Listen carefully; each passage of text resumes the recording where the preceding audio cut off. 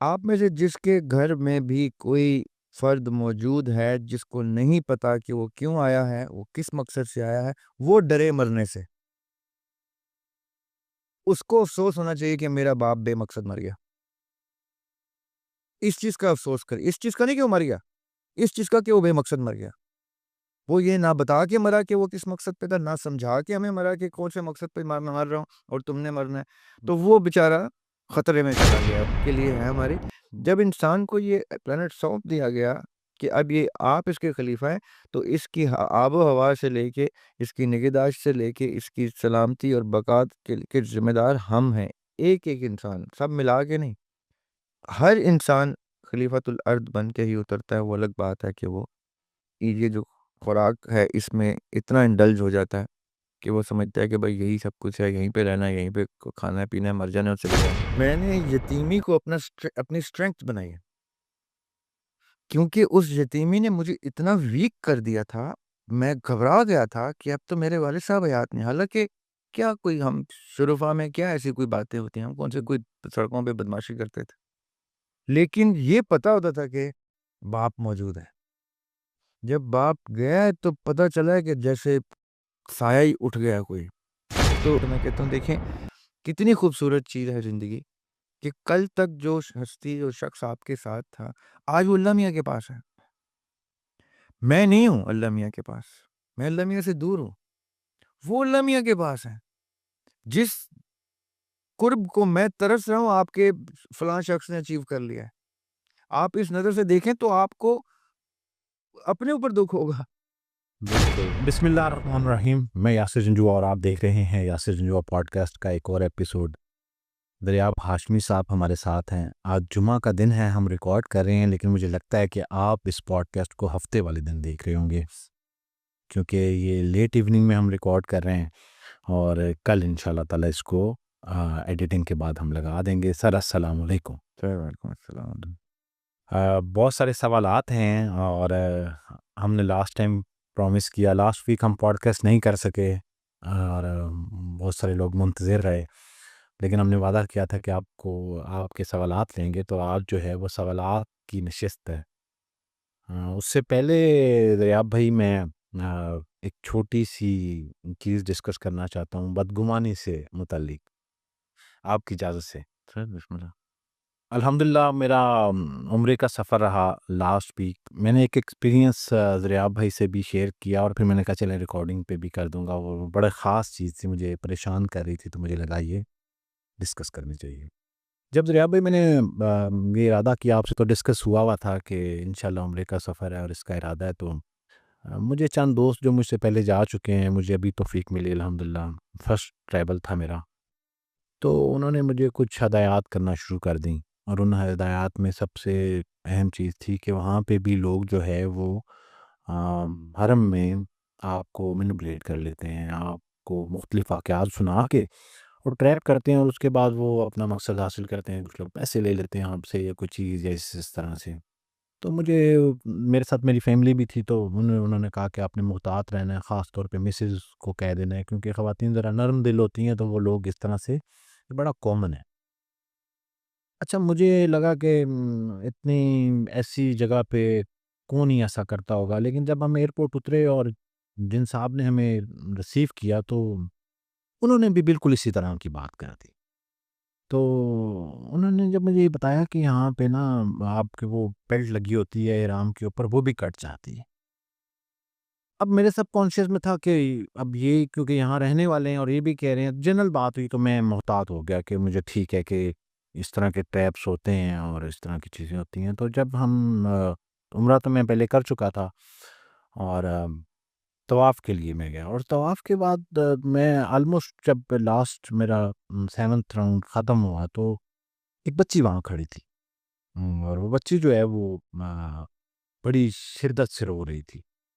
تو وہاں کیونکہ بہت سارے لوگ جو ہے وہ آبدیدہ ہوتے ہیں، تو مجھے لگا کہ یہ روٹین میں یہ جو بچی ہے یہ رو رہی ہے. تو میں نے اس نے مجھے پکڑ لیا. اس نے کہا جب میں طواف کر رہی تھی تو میری والدہ میرے سے کھو گئی ہیں، اور وہ بوڑھی ہیں اور بیمار بھی ہیں، تو آپ میری مدد کریں.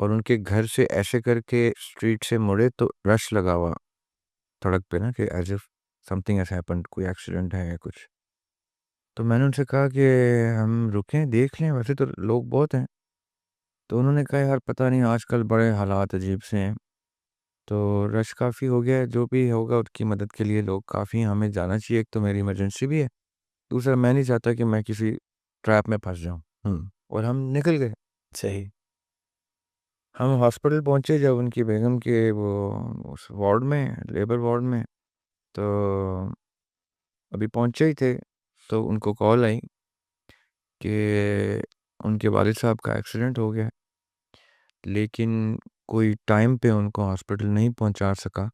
صحیح. تو ایکسیسو بلڈ لاس کی وجہ سے ڈاکٹرز نے ان کو ڈیڈ ڈکلیئر کر دیا صحیح. کہ اگر وہ 5 منٹ پہلے بھی پہنچ جاتے تو بچت ہو سکتی تھی. تو انہوں نے کہا اچھا تو وہ کہاں پہ ہوا؟ انہوں نے کہا گھر کے بالکل اسٹریٹ کے بالکل ساتھ ہوا. ہوں، وہ انہی کے والد صاحب تھے جن کو وہاں پہ وہ چھوڑ کے اس بدگمانی میں کہ یار پتہ نہیں کوئی ڈرامہ نہ ہو، ڈھونگ نہ ہو، کوئی مسئلہ نہ ہو، نکل گئے. اس لیول کا لاس بھی ہو جاتا ہے. تو آپ تو بڑے اللہ تعالیٰ نے آپ کو کم وہ اس میں سے گزارا ہے. ہوں، میں یہ سمجھتا ہوں یاسر بھائی کہ ایسی سچویشن جب کسی بھی انسان پہ آتی ہے تو یہ جس پروسیس سے آپ گزرے ہیں اور پھر آپ نے اس وقت سے یہ طاری کیا ہوا اپنے اوپر، پھر یہاں کہ آپ نے مجھ سے بھی ڈسکس کیا اور اب آپ نے پبلک بھی کر دی بات اور پبلکلی اس کو میسج بھی کراس کر دیا اپالوجی کا، یہی وہ ازالہ ہوتا ہے. صحیح. قرآن میں اللہ تعالیٰ توبہ کے بارے میں جو کہتے ہیں نا وہ بڑی سخت بات ہے، لوگ اس کو بہت ایزی لیتے ہیں. جو توبہ کی آیت ہے وہ یہ ہے کہ جب میرے بندے سے کچھ عمل سرزد ہوتا ہے جو ٹھیک عمل نہیں ہوتا، اور وہ اسی لمحے اس کی ندامت میں آ جاتا ہے اتنا کہ اس کو افسوس ہوتا ہے اور وہ مجھ سے رجوع کرتا ہے توبہ کے لیے، تو میں اس کی توبہ اسی وقت قبول کر لیتا ہوں. یہ جو ہم سمجھتے ہیں نا کہ میں 10 سال پرانے گناہ کی توبہ کر لوں گا، جو میں نے 10 سال بغیر ندامت کے گزار دی اور پتہ نہیں کتنی دفعہ وہ کیا بھی ریپیٹ گناہ، اس کی توبہ قرآن نے کہا میں لیتا ہی نہیں. تو وہ جو جس فیز سے آپ وہاں پہ بھی گزرے اور ابھی تک گزر رہے ہیں، میرے اندازے میں وہ آپ نے اپنے اوپر وہ طاری کر لی سچویشن جو اس کا ازالہ یا اس کی تلافی یا اس کی توبہ یا اس کا کفارہ ہے. اگر پھر بھی آپ کو لگتا ہے کہ کوئی دل کو تسکین نہیں آ رہی تو آپ کسی مسکین کو کھانا کھلا دیں بہتر. یا کچھ صدقہ دے دیں ایسا کہ، تو آئی بلیو کہ بہرحال اگر میری اس بہن تک یہ ویڈیو کبھی شاید پہنچ جائے تو دلی معذرت. مجھے بس یہ تھا کہ ایٹ لیسٹ مجھے وہ چیئر اس کو دے دینی چاہیے تھی، وہ جو اتنا ٹائم اس تکلیف سے گزری تو وہ جلدی اس کا مسئلہ حل ہو اللہ جائے. کا شکر ہے کہ آپ کے سامنے اس کو ہاں. حل مل گیا، حل. ورنہ آپ زیادہ تکلیف میں ہوتے. یس. اچھا، اب سر آتے ہیں سوالات کی طرف پبلک کے جو ہمارے ویورز ہیں کامنٹ سیکشن میں. اور پہلا سوال جو ہے وہ ہم نے ایک پوڈ کاسٹ کیا تھا جس میں آپ نے یہ کہا کہ ہم اس پلینٹ کے مخلوق نہیں ہیں، اس پہ ایک اعتراض آئے ہیں.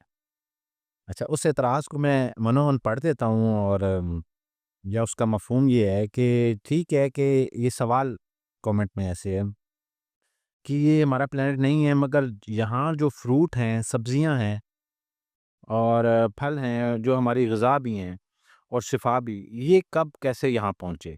کیونکہ سنا ہے کہ ہم سے پہلے جنات یہاں رہتے تھے، ان کے لیے تھا یہ پلینٹ، جبکہ وہ لوگ تو لکڑی، پتھر، گوبر، کوئلہ ان کی غذا تھی.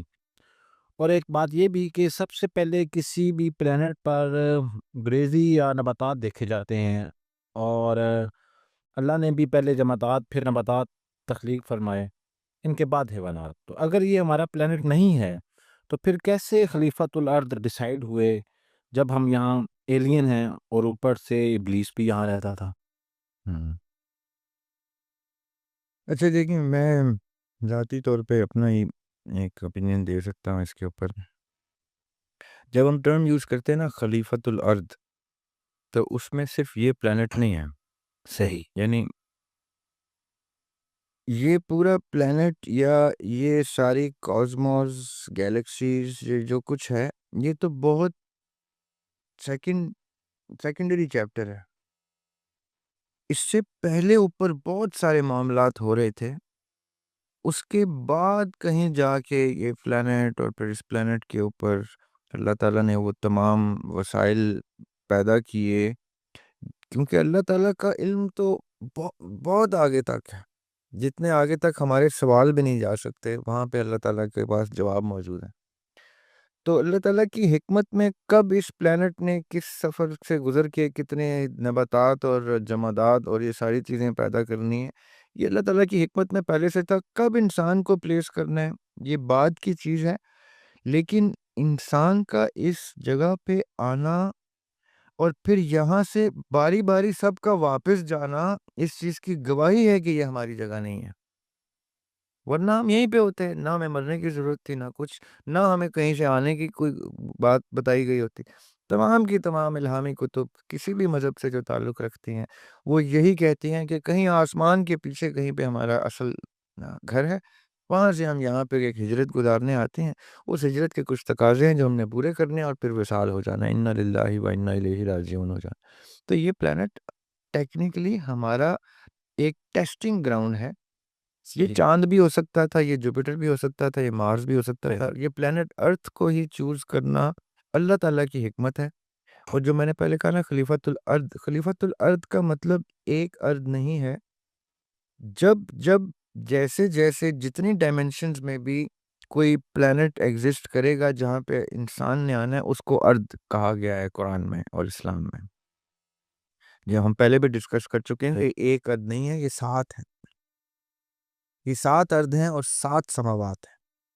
ان 7 ارض اور 7 سماوات میں سب کے سب ارض کا خلیفہ انسان ہے. یہ تب سے ہے جب سے آدم علیہ السلام کو اس ٹاسک پہ معمور کر دیا گیا. اس سے پہلے تک یہاں پہ ڈائناسورز تھے یا جنات تھے یا کچھ بھی تھا. That really does not matter. اس کا ایگزسٹنس صرف ایک ہسٹری کے لیے ہے ہماری. جب انسان کو یہ پلانٹ سونپ دیا گیا کہ اب یہ آپ اس کے خلیفہ ہیں، تو اس کی آب و ہوا سے لے کے، اس کی نگہداشت سے لے کے، اس کی سلامتی اور بقا کے ذمہ دار ہم ہیں. ایک ایک انسان، سب ملا کے نہیں.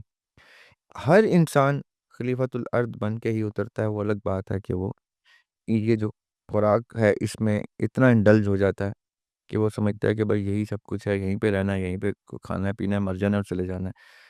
یہ جو پھل اللہ تعالیٰ نے، جو نعمتیں اس پلانٹ میں لگا دی ہیں، یہ وہ تحفہ ہے، یہ وہ نعمت ہیں جو اللہ تعالیٰ نے ہمیں دیں. اب شعور عطا کر دیا کہ ان نعمتوں کو سسٹین کیسے کرنا ہے.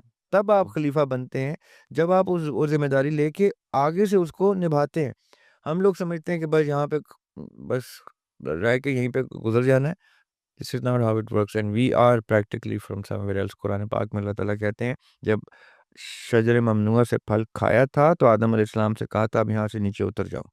اس سے پہلے تک اگر آدم پھل نہ کھاتے تو کیا پتا ہم سب کا بسیرا ہی بہشت میں ہوتا، عدن میں ہوتا، جہاں پہ ہم نے واپس جانا ہے. آج بھی ہر کسی کو خواہش کیا ہوتی ہے؟ واپس جنت میں کیوں جنت کی خواہش ہے؟ وہ کچھ ہے، گھر گھر گھر کی فیل اس پہ، تبھی ہم اتنی تڑپ رکھتے ہیں نا اس کی. صحیح. ورنہ ہم کہیں جی ہم دعا ہی یہ کریں کہ ہم ادھر ہی رہیں. ہم ادھر کی دعا بھی نہیں کرتے، نہ ادھر کا انٹرسٹ رکھتے. ہم انٹرسٹ سے واپس جانے کا رکھتے ہیں، وہی ہمارا گھر ہے. اچھا، تو اب سوال دوسرا ہم لے رہے ہیں جی، اور وہ یہ سوال ہے کہ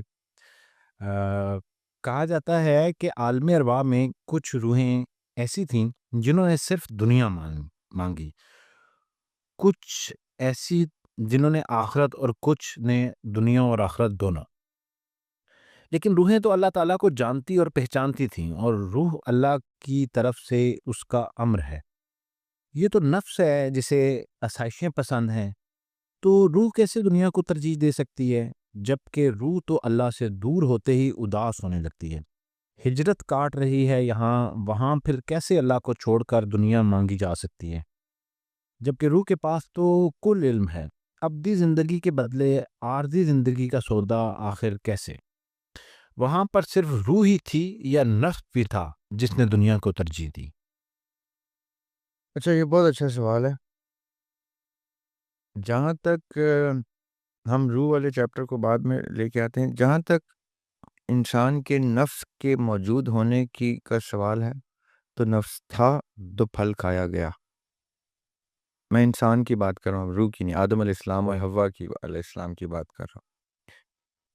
نفس تھا تو بہکایا گیا، نفس تھا تو بہکے، نفس تھا تو پھل کھانے کی طلب ہوئی، نفس کھا تو وہ آب حیات کی، وہ ابدی زندگی. کیونکہ قرآن میں اللہ تعالیٰ کہتے ہیں کہ ابلیس نے حوا کے کان، حوا ورڈ تو نہیں یوز کیا، کان میں آ کے کہا کہ اس پھل کے کھانے سے آپ کو ابدی زندگی مل جائے گی، کبھی بھی موت نہ آنے والی زندگی مل جائے گی. یہ انٹرسٹ اسٹیبلش نفس کے تھرو ہوتا ہے. روح تو ویسے ہی ابدی ہوتی ہے. یہ انسان کا ایک فیچر ہے جو اس کے نفس سے اٹیچڈ ہے. یہ تو ہو گئی بات کہ نفس وہاں پہ موجود تھا. جب آدم علیہ السلام بنفس نفیس کھڑے ہو جاتے ہیں ہوش میں، تو وہ اپنے نفس کے ساتھ ہی کھڑے ہوتے ہیں.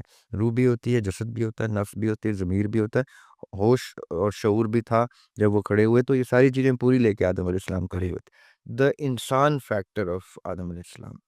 اب آ جاتے ہیں روح والی بات.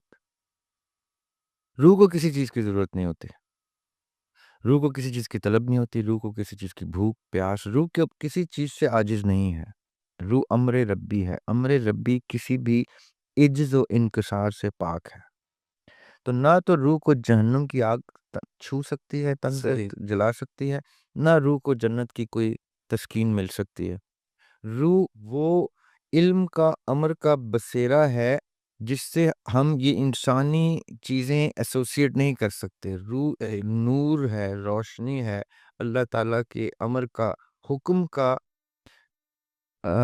کی جاویداں صفت ہے، حکم کی، جو ہمیں زندہ رکھے ہوئے ہیں. صحیح. اب سوال کا ایک حصہ یہ ہے کہ 3 حصوں میں روحوں کو تقسیم کیا جاتا ہے، کہ ایک وہ جنہوں نے دنیا مانگی، ایک وہ جنہوں نے آخرت مانگی، اور ایک وہ جنہوں نے دونوں مانگے. صحیح. سورہ الاعراف میں ایک بڑی خطرناک آیت ہے یاسر بھائی. اس میں اللہ تعالیٰ کہتے ہیں کہ میں نے کچھ جن اور انسان بنائے ہی جہنم کے لیے ہیں. یہ میں آج آپ کے آڈینس کو ایک بڑی خطرناک بات بتا. صحیح.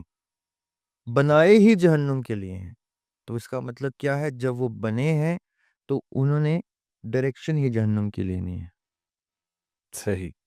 اب وہ گڈ کر کے جہنم میں جائیں یا بیڈ کر کے جہنم میں جائیں، وہ جائیں گے جہنم میں. ان کی ٹرین ہی جہنم میں جاتی ہے. اس میں وہ حج، نمازیں، زکوٰۃ لے کے بھی جہنم میں جائیں گے، اس میں گناہ لے کے بھی جہنم میں جائیں گے.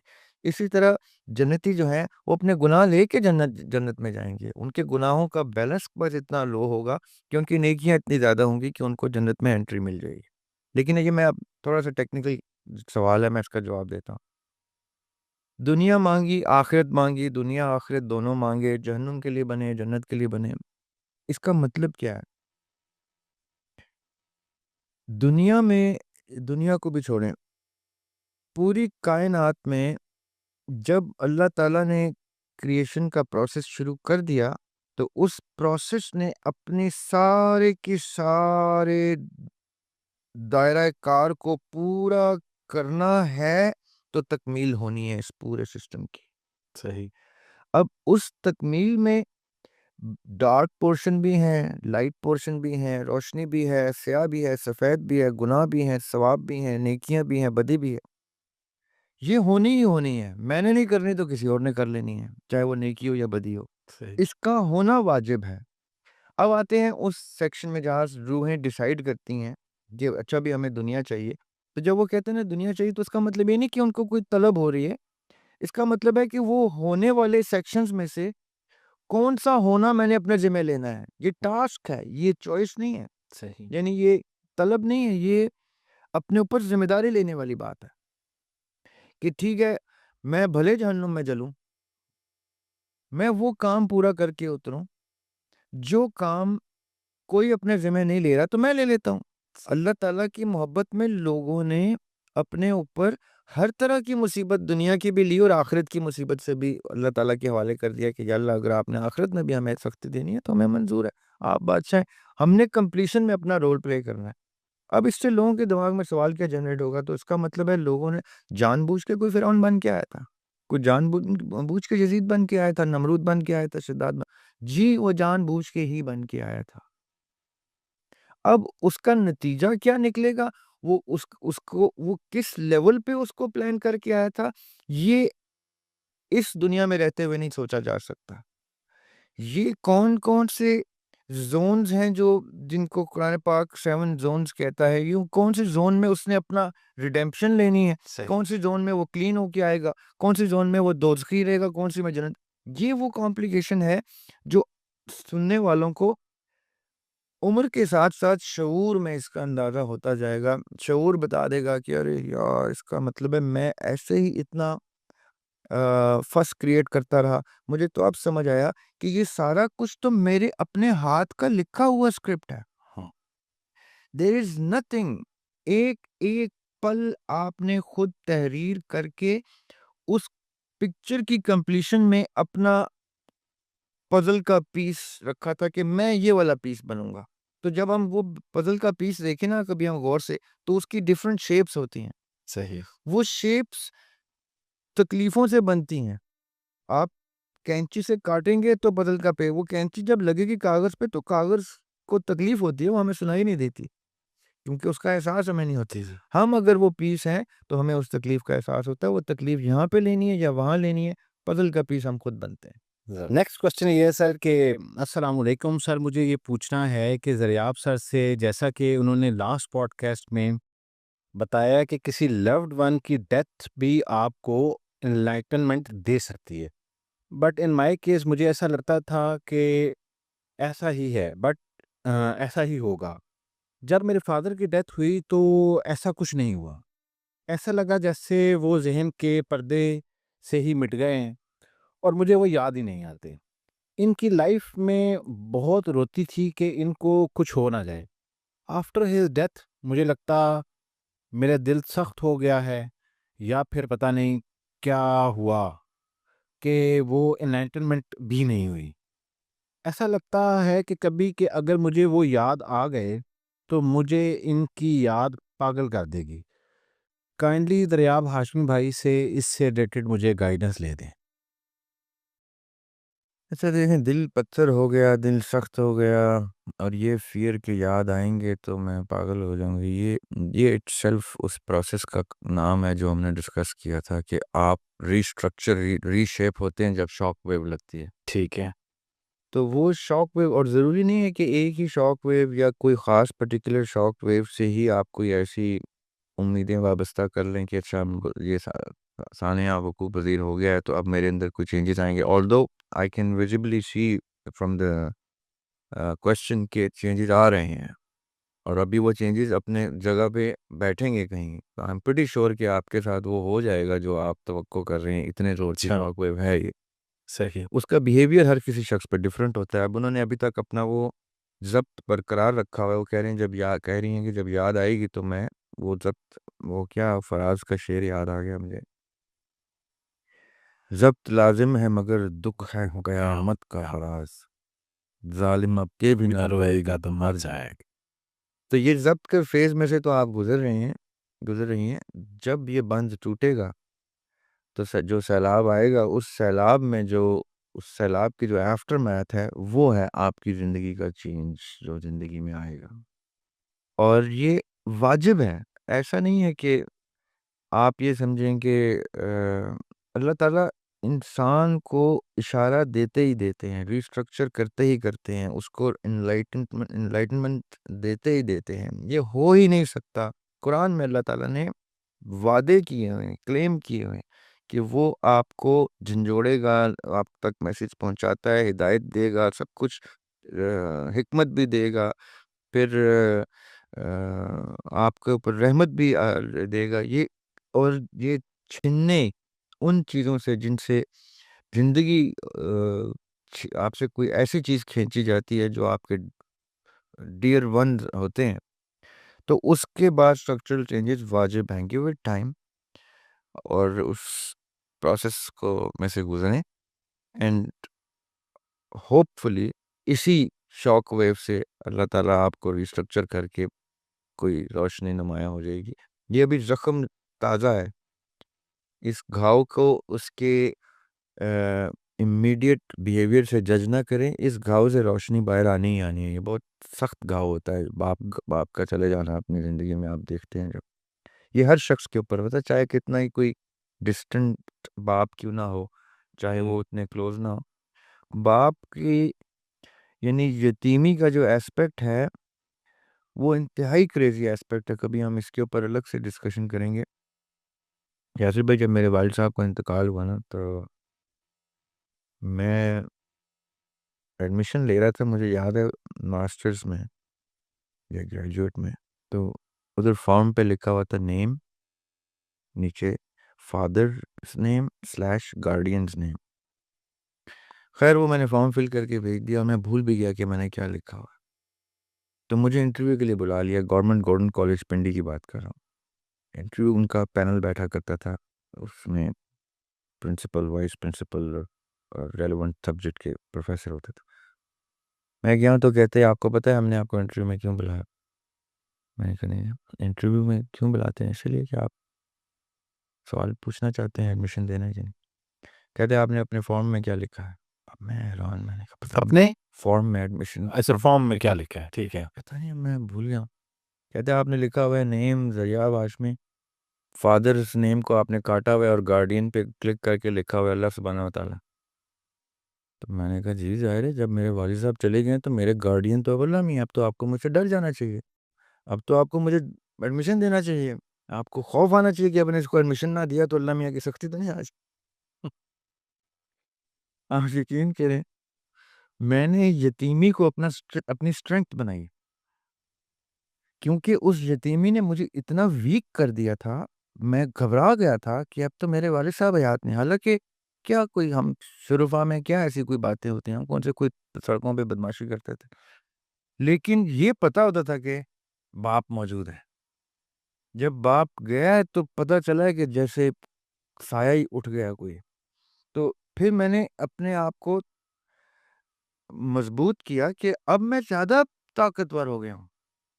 پہلے تو میرا گارڈین ایک انسان تھا، ایک عاجز ذات تھی، اب میرا گارڈین تو خالق ہے۔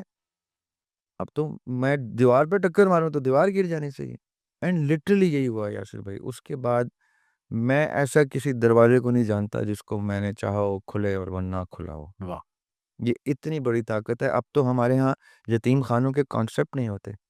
پہلے یتیم خانوں کے کانسیپٹ ہوتے تھے، جس ایریا میں یتیم خانہ کھلتا تھا اس ایریا کے لوگ پاگل ہوتے تھے، اپنے گھروں سے چیزیں بھیجنا شروع کرتے تھے، کوئی رضائیاں بھیج رہا ہے، کوئی کھانے بھیج رہا ہے، کیونکہ ان کو پتہ تھا کہ ادھر سپاٹ لائٹ آ رہی ہے، ادھر اللہ تعالیٰ کی گارڈین کے بچے ہیں، گارڈین شپ کے، ادھر جو دو گے اللہ کی خوشنودی 10 ٹائمز آپ کو دے گی۔ اور واقعی وہ پورا ایریا خوشحال ہوتا تھا جہاں پہ یتیم خانے کو باقاعدہ طور پہ اللہ تعالیٰ کے خاص لوگوں کا بسیرا سمجھتے تھے، اور ہر وقت رونق ہوتی تھی وہاں اور سب کچھ ہوتا تھا۔ اب تو ہم لوگوں نے اس کانسیپٹ کو ہی ختم کر دیا ہے۔ میں نے تو نہیں ہوش سنبھالتے ہوئے کوئی یتیم خانہ گزرتے ہوئے دیکھا۔ ہمیں خالی یتیم خانہ چوک کا پتہ ہے، ہمیں یہ نہیں پتا اس میں یتیم خانہ کدھر ہے، ہم تو ایسے ہی گزر جاتے ہیں ادھر۔ یہ نہیں کہ وہاں رکیں اور وہاں کچھ دے کے جائیں کسی، نہیں نہیں نہیں، وہ اللہ میاں کا ہم نے سارے ٹاسک اللہ میاں پہ ڈال دیے، نعوذ باللہ۔ یہ ہمارا کام تھا۔ تو یہ جو فیز ہوتا ہے نا جس میں والد صاحب چلے جاتے ہیں، اس نے آپ کی اندر ہلچل مچانی ہی مچانی ہے، چاہے آپ کو وہ ابھی سنائی دے یا نہ دکھائی دے۔ نیکسٹ کوشچن ہے، السلام علیکم ورحمۃ اللہ وبرکاتہ۔ I wanted to ask Zaryab Hashmi, if we choose to be what we are going through in this world, then did the non-Muslim also choose to be non-Muslim although they knew Allah well in the previous life? How did the bad people and non-Muslim make such choice before coming in this world? Everyone was a Muslim، پہلے تو یہ سمجھ لیں کہ دنیا میں آنے سے پہلے ہم سب مسلمان ہوتے ہیں۔ صحیح، یہ کلیم ہے قرآن پاک کا۔ صحیح، اب جب سب مسلمان ہوتے ہیں تو پھر دنیا میں کیسے کوئی ہندو یا کرسچن یا یہودی یا نان بلیور یا کچھ ہوتا ہے؟ تو یہ چوائس ہوتی ہے، یہ میں نے لکھا ہوتا ہے کہ آپ مجھے کسی نان بلیور ایتھیسٹ کے گھر میں بھی پیدا کریں گے تو میں ہدایت کی روشنی حاصل کر کے تو پہنچ جاؤں گا۔ یہ آپ اپنے لیے سخت سے سخت چیلنجز رکھتے ہیں۔ میں نے اور آپ نے یاسر بھائی ہلکا چیلنج رکھا کہ ہم مسلمان گھر میں پیدا ہوں۔ صحیح، جنہوں نے سخت چیلنج رکھا انہوں نے نان مسلم گھر پک کیے اور آئیڈیل موسٹ سینیریو پک کیے۔ ایک مسلمان گھر میں پیدا ہو کے تو آپ اتنا بھی کریں تو وہ اتنا ہے. ایک نان مسلم گھر میں پیدا ہو کے آپ نے اتنی سی بھی روشنی ایمان کی لے لی تو آپ پر ہیں. قرآن کہتا ہے کہ جیسے ہی آپ دائرہ اسلام میں داخل ہوتے ہیں ہوش سنبھالتے ہی، تو آپ کی پچھلی پوری سلیٹ ہی کلین ہو جاتی ہے. ہم تو اسی ڈرٹی سلیٹ کے ساتھ پیدا ہوئے ہیں، اسی ڈرٹی سلیٹ کے ساتھ اٹھائے جائیں گے. ہمیں تو سلیٹ کلین کرنے کا چانس ہی کوئی نہیں ملتا انلیس ہم شہادت لے لیں صحیح. یا مقبول حج ہو جائے ہمارا. تو مقبول حج کا میں سلیٹ کلین کی حدیثیں ہیں کہ مقبول حج کا صلہ جنت کے سوا کچھ بھی نہیں، یہ حدیث. اب پوائنٹ یہ ہے کہ یہ ساری چوائسیز ہم نے خود لی ہوتی ہیں. کسی چوائس کو اسٹوپڈ چوائس نہیں کہتے. ہاں یہ ضرور ہے کہ وہ مشکل رستہ ہوتا ہے، لیکن مشکل رستہ ہی ٹھیک رستہ ہوتا ہے. یہ مولا علی کا بھی قول ہے، اور یہ قرآن پاک میں بھی اللہ تعالیٰ کہتے ہیں سورہ بلد میں، بڑی خوبصورت صورت ہے، چھوٹی سی صورت ہے، اس میں اللہ تعالیٰ کہتے ہیں کہ ہم نے دونوں رستوں نجدین، دو رستوں کی بات کی ہے قرآن پاک میں اللہ تعالیٰ نے، کہ ہم نے دونوں رستوں کی ہدایت دے دی. اور آگے وہ دونوں رستے ایکسپلین کرتے ہیں نمیاں کہ جو مشکل رستہ ہے وہ ٹھیک رستہ ہے، اور جو آسان رستہ ہے وہ غلط رستہ ہے. تو آپ مجھے خود بتائیں، مسلمان کے گھر میں پیدا ہونا مشکل رستہ ہے یا ہندو کے گھر میں یا کرسچن کے گھر میں یا نان مسلم؟ بالکل. وہ زیادہ مشکل رستے ہیں ان لوگوں نے چوز کیے جنہوں نے پہلے عہد الست کیا، مومن ہونا ڈکلیئر کیا، اور پھر ایک نان مومن کے گھر میں پیدا ہوئے. یہ زیادہ مشکل رستہ اس وقت سے لینے والے لوگ ہیں، بڑے خاص لوگ ہوتے ہیں. ان کو غلط مت سمجھیں. کب اللہ تعالیٰ نے کس طریقے سے ان کو اپنے گھر پہ لے آنا ہے، اپنے دکھ پہ لے آنا ہے، یہ اللہ تعالیٰ کی حکمت ہے، وہ بہتر جانتے ہیں. صحیح. اچھا جی، نیکسٹ کوشچن ہے کہ اچھا ویسے ریاب بھائی ابھی آپ نے کہا کہ مقبول حج، تو اگر ایسا بھی ہوتا ہے کہ اللہ تعالیٰ نے اپنے گھر میں آپ کو بلا لیا، اور پھر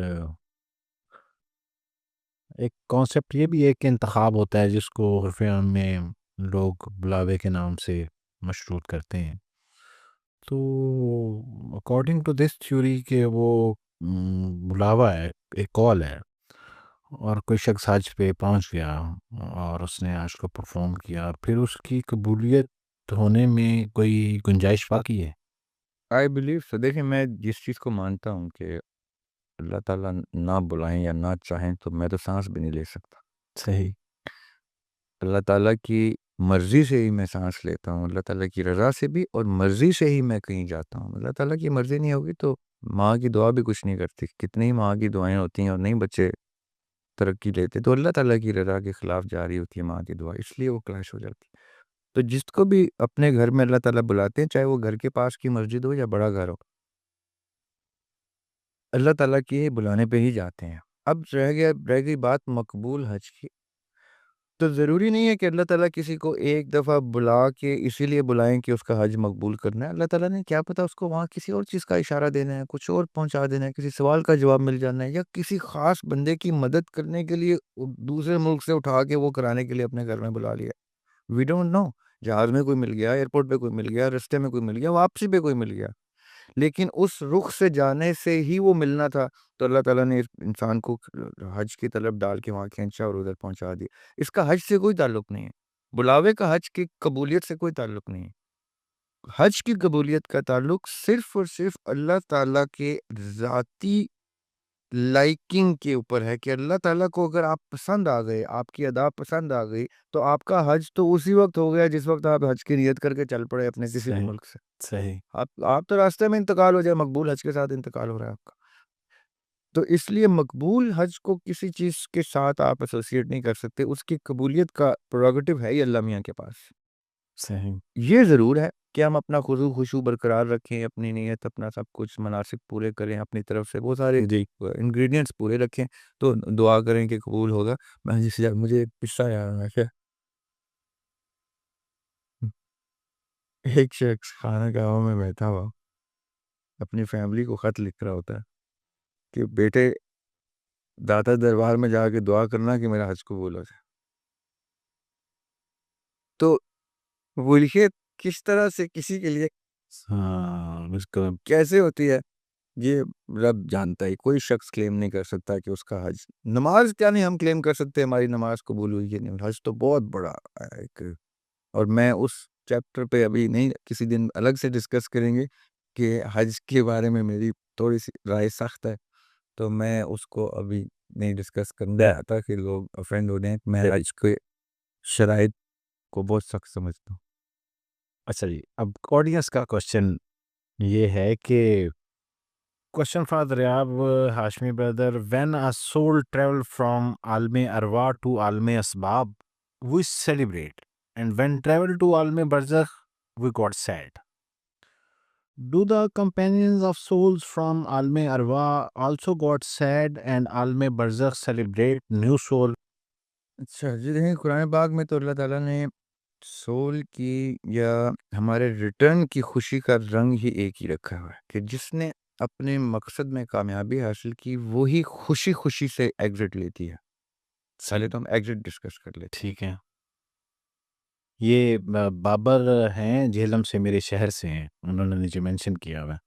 اچھا, تو جو ایگزٹ ہے نا وہ تو ڈپینڈ ہی اس چیز پہ کرتا ہے کہ عالم اسباب میں آپ نے اس مقصد کا آپ کو تعارف ہو گیا, آپ اس سے متعارف ہو گئے. پہلی سکسیس کہ مجھے پتہ چل گیا کہ میں کیوں آیا ہوں. دوسری سکسیس کہ میں اس رستے پہ جڑ جاؤں جس رستے پہ اس مقصد کی کامیابی دکھائی دے رہی ہے مجھے میرے شعور کے مطابق. تیسری سکسیس ہے جو ملے نہ ملے اس کا ہمارے پر کوئی بوجھ نہیں ہے, وہ اللہ تعالیٰ نے ہمیں دینی ہے کامیابی, وہ دینا چاہیں گے تو دیں گے, نہیں دینا چاہیں گے تو وہ ہمیں ہماری کوشش اور صحیح اور نیت پہ جج کر چکے ہیں آلریڈی. جیسے ہم نے حج کی بات جی جی کہ وہ تو جہاں سے آپ چلے تو اگر مقبول ہے تو آپ وہیں سے مقبول حج کے ساتھ جہاں لیں, ٹھیک ہے. اور خدا نہ خاصا مقبول نہیں ہے تو آپ چاہے جتنی مرضی ٹکرے مار لیں مقبول نہیں, وہ اللہ تعالیٰ کا پروگیٹو ہے, پروسیس تو وہاں پہ بیسڈ ہے. لیکن ارواح کا دنیا میں آنا انسان سیلیبریٹ کرتا ہے کیونکہ ہم نے اس میں ایک ایموشنل ایسپیکٹ اٹیچ کیا ہوا ہے. صحیح. ماں باپ کو خوشی ہوتی ہے کہ ان کے گھر میں ولادت ہو اولاد کی, اور اسی طرح جانے کا ایک افسوس ہے. لیکن فرینکلی سپیکنگ جس جس شخص کو اتنا شعور آ جاتا ہے کہ جانا کتنا ضروری ہے اور کتنا ان اوائڈیبل انیویٹیبل ہے, آپ یقین کریں میں نے جتنے بھی داستانیں اصحاب سے ریلیٹڈ اور اہل بیت علیہ السلام سے ریلیٹڈ پڑھی ہیں تو وہ کسی کے بھی وصال کو الحمدللہ سے تسکین لیتے تھے. اس کی کہ خبر آتی تھی نا فلاں چل بسیں, کہتے الحمدللہ. کیوں کہ کوئی تو گھر پہنچا, کیونکہ وہ اپنے مقصد کو آئیڈینٹیفائی کر چکے تھے اور اپنے مقصد پہ جڑے ہوئے گئے تھے, تو اس کا مطلب ہے وہ فلاں پا گئے. صحیح. جی ہاں, جس نے جو باپ یا بہن بھائی آج یہ جانتا ہے کہ میرے گھر میں ابھی کسی کو نہیں پتا کہ وہ کس مقصد سے آیا ہے. صحیح. میں بڑا کروشل پوائنٹ آپ لوگوں کو, آپ کے آڈینس کو فوڈ فار تھاٹ دے رہا ہوں. آپ میں سے جس کے گھر میں بھی کوئی فرد موجود ہے جس کو نہیں پتا کہ وہ کیوں آیا ہے, وہ کس مقصد سے آیا ہے, وہ ڈرے مرنے سے. اس کو افسوس ہونا چاہیے کہ میرا باپ بے مقصد مر گیا. اس چیز کا افسوس کرے, اس چیز کا نہیں کہ وہ مر گیا, اس چیز کا کہ وہ بے مقصد مر گیا. وہ یہ نہ بتا کے مرا کہ وہ کس مقصد پہ تھا, نہ سمجھا کے ہمیں مرا کہ کون سے مقصد پہ مار رہا ہوں اور تم نے مرنا ہے, تو وہ بیچارہ خطرے میں چلا گیا. اس کا کچھ بھروسہ نہیں کہ اللہ تعالیٰ اس کو کہاں لے کے جاتے ہیں, اس کے اعمال نہیں لے کے جائیں گے اس کو. صحیح. وہ پھر اللہ تعالیٰ کی کوئی خاص کرم نوازی ہوگی تو وہ جائے گا. وہ اپنے اگر وہ نہیں کلیم کر کے گیا کہ مجھے پتا ہے اس کا کیا مقصد تھا, تو وہ خطرے کی گھنٹی کے ساتھ مرا ہے. اس پہ افسوس کریں. جو اس رستے پہ ہے, جو بخوبی جانتا ہے اور اپنے شعور کے مطابق بتا دیتا ہے اپنی زندگی میں کہ مجھے میری زندگی کا مقصد مل گیا, تو جس دن اس کا انتقال ہو جائے سیلیبریٹ کریں, کیونکہ وہ اس رستے پہ مر گیا, اس رستے پہ اس کی کوئی فلاح ہی فلاح ہے, موت کی فلاح ہے.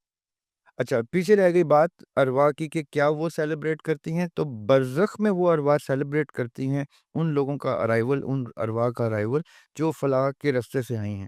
اور برزخ میں وہ باقاعدہ طور پہ افسوس کرتی ہیں اپنے جاننے والی ارواح کے بارے میں جو بلا مقصد آئے, جن کو پتہ نہیں تھا مقصد کا کیا تھا، اور وہ برزخ کے مقام پہ باقاعدہ ان کا انٹریکشن ہے آپس میں، قرآن میں مینشنڈ ہے کہ وہ ہاتھ جوڑ جوڑ کے رو رہے ہوتے ہیں اور کہہ رہے ہوتے ہیں واپس بھیجیں، واپس بھیجیں، ہمیں سمجھ آ گئی ہم نے کیا کرنا، واپس بھیجیں۔ اللہ تعالیٰ کہتے ہیں اب میں واپس نہیں بھیجوں گا۔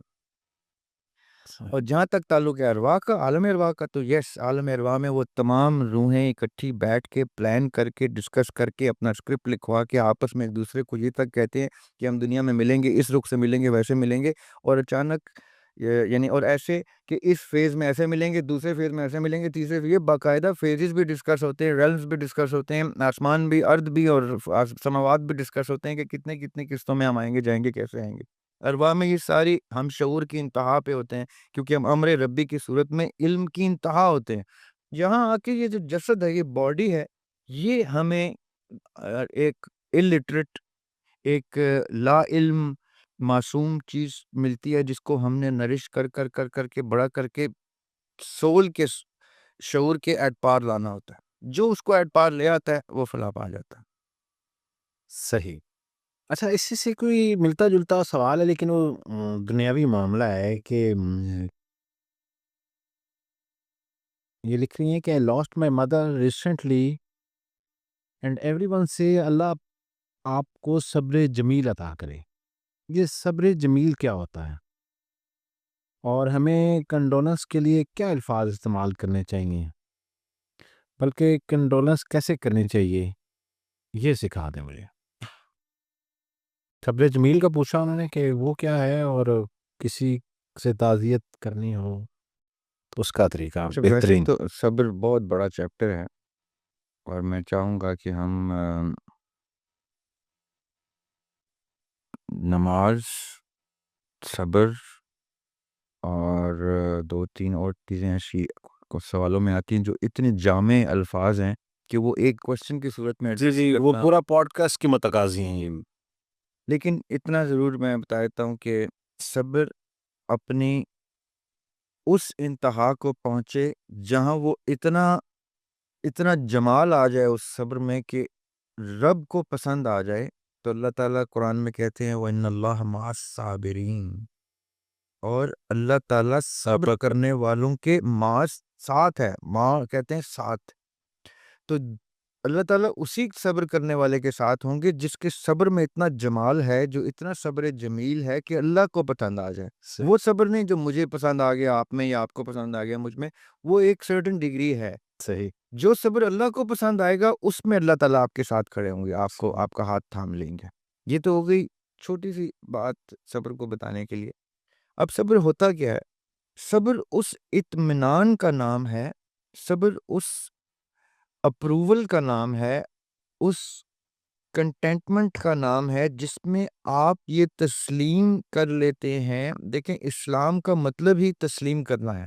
صحیح ہم نے اسلام کا مطلب کچھ کا کچھ بنا دیا ہوا ہے۔ اسلام کا مطلب ہے اللہ سبحانہ تعالیٰ کی توحید کے سامنے سر تسلیم خم کر دینا۔ اور توحید کا مطلب کیا ہے؟ کہ یہ سب کچھ اس کا ہے، بے شک۔ اس ایک ہستی کا ہے یہ سب کچھ۔ یہ ہے وحدانیت کا سمپل ورڈز میں توحید کا مطلب، کہ توحید کا مطلب جیسے شیخ ابن عربی کے مطابق وحدت الوجود توحید ہے، کہ یہ کوئی چیز ایسی نہیں ہے جو اللہ کی نہیں ہے، صحیح سب اللہ کی پراپرٹی ہے۔ ٹھیک ہے۔ اللہ کیا ہے قرآن میں اللہ تعالیٰ کیا کہتے ہیں، یا سورہ فاتحہ میں اللہ تعالیٰ کہتے ہیں بسم اللہ الرحمن الرحیم الحمدللہ رب العالمین الرحمن الرحیم مالک یوم الدین ایاک نعبد و ایاک نستعین۔ جب ہم کہتے ہیں نا مالک، تو اس کا مطلب یہ ہے کہ وہ بادشاہ ہے۔ آپ بادشاہ کی سلطنت میں کسی بھی ایک اینٹ کے ذرے کو اٹھائیں گے تو اس کی ملکیت اس بادشاہ کے ذمہ ہے۔ یہ ہے توحید کا وہ رنگ جو اہل تصوف کے ہاں ہے، کہ کوئی ذرہ بھی اللہ کی ملکیت سے باہر نہیں ہے، اس کے اوپر سٹیمپ اللہ کی ہے۔ اب صبر کیا کہتا ہے کہ مجھ سے میرا باپ لیا یا میرا بیٹا لیا تو وہ تھا ہی اس کا، میں اس کے اوپر آنسو بھی بہاؤں گا تو کہیں کمپلین کا رنگ نہ آ جائے اس میں۔ تو اس لیے صبر کی وہ انتہا کہ جہاں حسین علیہ السلام اپنا نومولود بیٹا اٹھا کے ایسے ہوا میں لہرائیں کہ بھی تیر تیر لگنا ہے اس کو. یہ ہے صبر کی انتہا کہ جس کا ہے اس کے حوالے جا رہا ہے اور میں فخر سے لے کے جا رہا ہوں. یہ ہے وہ صبر جمیل جو خوبصورت ترین صبر کی مثال ہے، جو ہمارے انبیاء علیہ السلام نے اور اہل بیت علیہ السلام نے ایسے رقم کر دی ہیں مثالیں کہ ہمیں کسی اور کی طرف دیکھنے کی ضرورت ہی نہیں ہے. چاہے ابراہیم علیہ السلام بیٹے کے گلے پہ چھری چلاتے ہوئے ہوں، یا حسین علیہ السلام بیٹے کو تیر اور تلوار کے حوالے کرتے ہوئے، یہ انبیاء علیہ السلام اور ان کی فیملیز کی سنت ہے. یہ ہے وہ صبر کے مظاہرے جس میں عقل دنگ رہ جاتی ہے کہ کیسے کوئی اپنا سگا، اپنا بیٹا یا اپنا گلا ایسے حوالے کرتا ہے. وہ صبر ہوتا ہے. لوگ سمجھتے ہیں کہ آفت پہ صبر ہوتا ہے. آفت پہ صبر ٹیسٹ ہوتا ہے. عمل میں صبر جھلکتا ہے، پریکٹس میں آتا ہے. اگر آپ کا صبر آپ کے عمل سے جھلکتا نہیں ہے تو اس کا مطلب وہ علم تک تو ہے، وہ عمل تک نہیں آیا. یہ اب بہت لمبا چیپٹر ہے، لیکن یہ ٹو کلوز اٹ کہ صبر وہ جو اللہ کو حسین لگ جائے، وہ ہے صبر جمیل. اور دوسری بات انہوں نے کی کہ کنڈولنس کیسے کی جائے. تو دیکھیں میں اگین جب اتنا میں نے آپ سے یہ ڈسکس کر لیا تو اس کا مطلب یہ ہے کہ کسی کو ہم یہ نہیں کہہ سکتے، معاشرتی تقاضا نہیں ہے کہ آپ کسی کی گھر میں جہاں انتقال ہے اور آپ کہیں کہ بھائی اللہ کی چیز تھی، اللہ کے پاس چلی گئی، ٹینشن کیوں لیتے ہو، یہ نہیں کہہ سکتے ہم. لیکن بیسٹ طریقہ یہ ہوتا ہے کہ آپ اس گھر میں جا کے اللہ تعالیٰ کی ملکیت کو ڈسکس کریں. میں تو کرتا ہی ہوں. میں کسی بھی اگر ایسے گھر پہ جاؤں جہاں انتقال ہو جائے تو میں کہتا ہوں دیکھیں کتنی خوبصورت چیز ہے زندگی کہ کل تک جو ہستی اور شخص آپ کے ساتھ تھا آج وہ اللہ میاں کے پاس ہے. میں نہیں ہوں اللہ میاں کے پاس، میں اللہ میاں سے دور ہوں. وہ اللہ میاں کے پاس ہے. جس قرب کو میں ترس رہا ہوں آپ کے فلاں شخص نے اچیو کر لیا ہے. آپ اس نظر سے دیکھیں تو آپ کو اپنے اوپر دکھ ہوگا بالکل. کہ یار میں یہیں پہ ہوں، وہ پہنچ گئے ہیں جن کی چیز تھی ان کے پاس پہنچ گئے، میں کب جاؤں گا. آپ کو باقاعدہ انتظار ہونا شروع ہو جائے گا کہ اچھا یار. اب فرق وہیں رہ جاتا ہے کہ اگر بلا مقصد جا رہے ہیں تو پھر ڈر جانا چاہیے، با مقصد جا رہے ہیں تو ہر روز چونک جانا چاہیے میں کیوں جاگا ہوں، میں کیوں اٹھا، میں اسی تسلسل میں کیوں نہیں اٹھا لیا گیا. اب تو مجھے اس کا مطلب ہے کر کے اچیو کرنا ہے. نیت پہ نہیں اٹھایا اللہ میاں نے مجھے، خالی نیت پہ اٹھا لیتے تو میں سستے میں نکل لیتا. ون لاسٹ کوسچن کہ دریاب سر سے یہ پوچھیں کہ کیا ہم جان سکتے ہیں کہ اللہ پاک نے اس کائنات کی تخلیق کا آغاز کہاں سے شروع کیا، جس میں ہم اس سیکوینس میں سمجھ سکیں کہ مخلوق کی کون سی چیز اور کب کب اس کی تخلیق ہوئی؟ لیکن جتنا میرا مطالعہ ہے جی. اس کے مطابق تو اللہ سبحانہ تعالیٰ نے سب سے پہلے 2 نور تخلیق کیے. یہ وہ میں آپ کو حدیث بتا رہا ہوں جس پہ کسی بھی مکتبہ فکر کا اختلاف نہیں ہے. ٹھیک ہے. یعنی اہل سنت کے تمام مکاتب فکر اور اہل تشیع کے تمام مکاتب فکر یہ اس حدیث پہ دونوں متفق ہیں کہ سب سے پہلے اللہ سبحانہ تعالیٰ نے 2 نور تخلیق کیے، ایک نور آقا علیہ السلام کا اور ایک نور مولا علی علیہ السلام کا. صحیح. یہ بڑی خوبصورت حدیث ہے. پھر یہ دو نور، اچھا ایک حدیث اور میں آپ کو بیچ میں ایڈ کر دیتا ہوں کہ جب غزوہ بدر چل رہی تھی تو مولا علی علیہ السلام نے آقا علیہ السلام کو ایسے شیلڈ کیا ہوا تھا.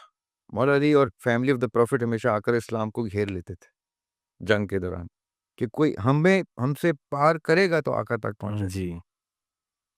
تو مولا علی علیہ السلام کھڑے ہوئے تھے تو ابو ذر غفاری رضی اللہ تعالیٰ عنہ نے یا کس نے ان کو مولا علی کو بھی بچانے کے لیے نا اپنے آپ کو آگے کیا جنگ کے دوران نا. تو آقا علیہ السلام نے کہا علی کو یہ کیا ماریں گے، علی تمہیں یہ نہیں مار سکتے، تمہاری روح میری روح سے تخلیق ہوئی ہے.